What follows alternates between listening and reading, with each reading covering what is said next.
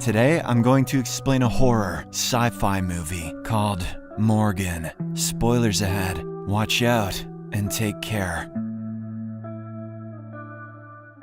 The movie opens in a remote laboratory that belongs to a biotech company called SynSect. They specialize in developing advanced and highly complex human-like AI beings under a secretive project named L9. The scientists in this particular lab have put in several years of hard work to come up with a fourth-generation AI being named Morgan. Despite barely being 5 years old, Morgan has already grown up to resemble a young woman. The staff used to take her to the woods around the lab while she was younger. However, the SynSect administration ordered them to stop these unauthorized nature visits. Morgan is now forced to spend most of her time inside in a glass room. One day, a lab staff member, Dr. Kathy Grief, enters the room to have lunch with Morgan. She sets up the plates while the AI examines her own hands curiously. Kathy says that she has been contacting the administration, asking them to change their decision on the nature visits, but they haven't given any positive reply on the issue. Out of nowhere, Morgan pushes aside the plates on the table, jumps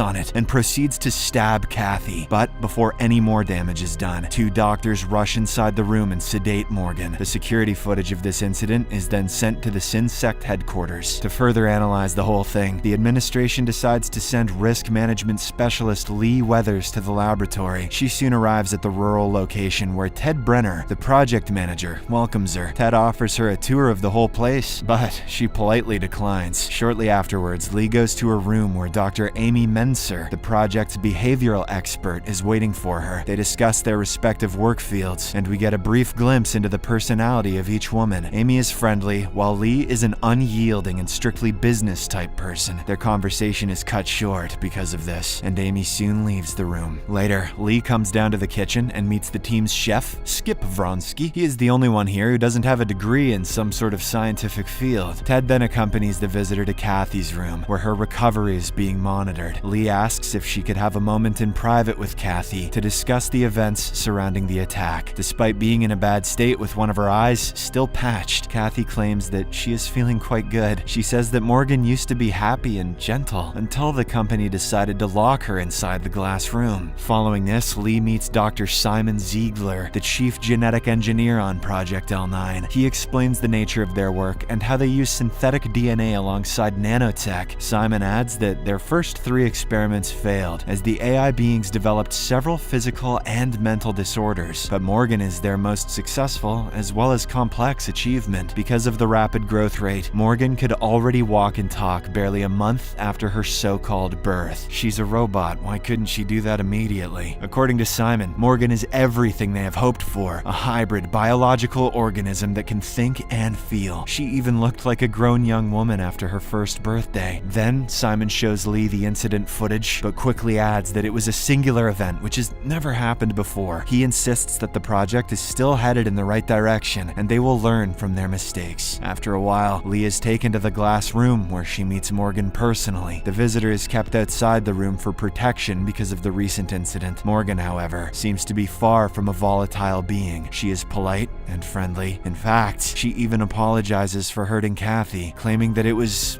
unintentional. Later, when everyone is left, Morgan sits down in a corner and recalls fond memories of her and Amy in the woods. It is obvious that she feels most comfortable with Amy, who treats her more like a sister than a prototype. Later, Lee joins the team for dinner and meets the other members, the married couple Dr. Darren and Dr. Brenda Finch. She is also greeted by Dr. Louis Chang, the head of Project L9, whom Morgan considers as her mother. Lee then explains that her job is to assess risk against the company's profit. To everyone's dismay, she refers to Morgan as an object rather than someone who has feelings. She brings up a similar project in Helsinki, where prototypes killed 21 researchers, but Simon interrupts and says that Morgan is much more advanced than the older prototypes. Later that night, Lee and Skip share a conversation over some drinks. He tells her about the dynamics between the people in the laboratory. It turns out that he and Amy used to have a fling in the past, and may have also slept with each other. Skip, however, makes it clear that he's not dating anyone at the moment. Slightly drunk, he then makes a move and kisses Lee. I swear, I'm not a virgin. But quickly apologizes for it. The latter looks embarrassed, and the two awkwardly say goodnight. Meanwhile, Amy walks over to Morgan's room to spend some time with her. She disables the cameras before approaching Morgan's cell to remind her about the psychological test tomorrow. Amy assures her that everything will turn out fine as long as she stays true to herself. The two then lay their hands on the glass as an act of sisterly love and affection and weirdness. To ease Morgan's worries, Amy tells her about the beautiful Lake Navarre and promises to take her there someday. I will go there alone after I kill you. This prompts Morgan to get a flashback of her and Amy out in the woods one sunny day. Morgan sees an injured deer not far from where they are and notices that the poor animal is impaled on a branch. She then approaches it and caresses it gently, but then she suddenly breaks its neck as an act of mercy. In the next scene, Morgan's psychological analysis arrives, and it's going to be conducted by Dr. Ben Shapiro. What? He is supposed to sit outside the room while examining Morgan, but he thinks that the interaction will be pointless. Ben claims that it is his job to build trust with the subject and decides to enter the room despite the team's warnings. He then sits across from Morgan and is surprised that she knows his name as well as the reason for his visit. Nonetheless, Ben asks Morgan the reason behind her recent gloomy mood, to which she replies that it's because of the incident with Kathy. This makes Ben realize that the AI is capable of feeling remorse after doing something terrible. He then questions Morgan about her life inside the room and how she feels about being locked up. When Morgan says that she is pleased, he begins to up the ante by throwing more hurtful questions. Ben points out that the people in the lab are not her friends, as they have locked her inside this room. In the middle of their conversation, Ben decides to go all in to check how the AI handles extremely hated situations. He starts raising his voice while asking how Morgan would react if he recommended the doctors to terminate her, or if he told her to just sell her house and move. Unexpectedly, Morgan sheds a tear and reaches her breaking point after these hurtful words. She looks at her hands and pushes Ben against the wall before lunging at him. She then bites hard into his throat and rips a chunk out, leaving the doctor in a bloody mess. Immediately, the whole team is alerted by the commotion, and Darren attempts to sedate Morgan once again, but she uses Ben as a shield and eventually knocks Darren to the ground. Lee, who has been watching this, tries to calm her down, but then the lights go out, giving Morgan an opportunity to escape. Lee quickly grabs a tranquilizer to prevent the AI from going too far away. However, Morgan soon emerges to the outside world and sees Amy waiting for the evaluation results. She feels a sense of comfort upon seeing Amy, but this happy moment is abruptly ended when Lee sedates her. When Morgan regains consciousness, she finds herself back inside the lab and immediately apologizes for her actions. The team of doctors debates on what to do with her and what is best for the company. Dr. Louis, the chief of this project, is adamant on terminating Morgan, while Simon wants to give it another try. However, the chief remains unmoved on her decision, prompting a devastated Simon to walk away. Later, the whole team gets emotional. While preparing the termination procedure, Morgan has grown close to their hearts and has been a part of their daily routine. The AI pleads with everyone in the room not to kill her, even calling for her mother, Dr. Louis. This makes the chief emotional, but she simply apologizes to Morgan before walking away. This is going to end terribly for Louis. Following this, Morgan is given sedatives, which soon knock her unconscious. Simon and Dr. Louis walk away, unable to bear what is about to come. Darren, who is tasked with administering a lethal solution to Morgan, also changes his mind and leaves the lab with his wife. Without the medical team in sight, Lee decides to put an end to Project L9 herself, but Ted stops her. Lee hits him in the face and holds him at gunpoint, but right then, Amy shoots her with a sedative, causing her to doze off. When Lee regains consciousness, she finds herself locked inside Morgan's room, with Ted standing outside. She commands him to let her out before the higher-ups arrive, but he ignores her threats. In the next scene, Amy, Ted, Brenda, and Darren gather supplies to get Morgan out of the lab safely. Darren then tries to wake up the AI, but suddenly all hell breaks loose. Morgan appears to have a completely different personality as she headbutts Darren in the face. She then grabs the lethal injection and sticks it in his chest, ultimately killing him. Frightened, Ted holds a gun to her face, but Morgan manages to grab the weapon and shoots him instead. She then mercilessly finishes him off as Lee watches on from inside the glass room. Outside, Brenda loads the supplies in her car and instructs Skip to be ready to leave. The latter is confused, but he soon sees Morgan leading Amy out of the laboratory. He immediately senses that something bad is happening and runs back to the building to look for Lee. As Brenda reunites with Amy, she asks about her husband husband's whereabouts, but the frightened woman cannot utter a word. This is when the AI suddenly points a gun at Brenda from behind. The doctor realizes what is happening and tries to spring a quick attack. However, Morgan's strength remains unmatched, and she eventually beats Brenda to death. Hungry for revenge, Morgan makes her way to the residential quarters where she sees Kathy. The poor woman tries to approach Morgan in a friendly way. Hey, babe,